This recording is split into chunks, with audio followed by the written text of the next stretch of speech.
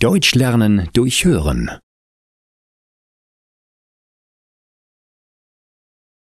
Ausbildung. Lisa hat die Schule letzten Sommer beendet. Sie möchte jedoch nicht studieren. Stattdessen möchte sie lieber gleich arbeiten gehen.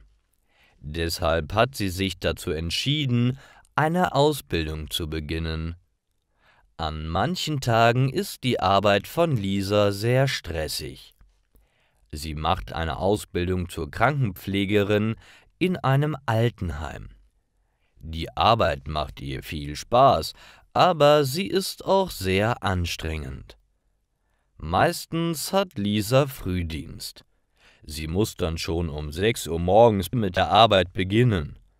Es gibt viele verschiedene Aufgaben, um die sie sich kümmern muss. Sie wäscht die Bewohner des Altersheims und bringt ihnen das Frühstück. Außerdem putzt sie die Räume.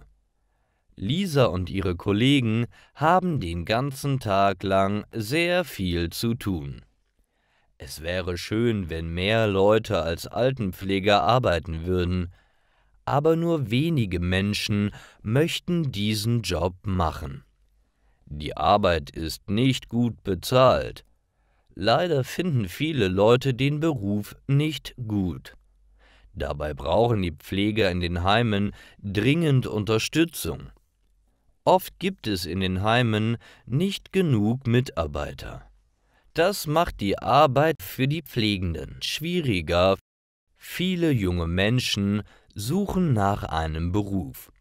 Vielleicht ist eine Ausbildung die richtige Wahl.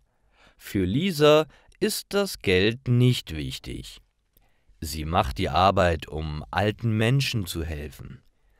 Oft bedankt sich ein Bewohner des Heims für ihre Arbeit. Das macht sie glücklich. Sie wünscht sich, dass mehr Leute erkennen, wie wichtig ihre Arbeit ist. Denn viele alte Menschen brauchen Unterstützung. Dafür werden Pfleger wie Lisa benötigt.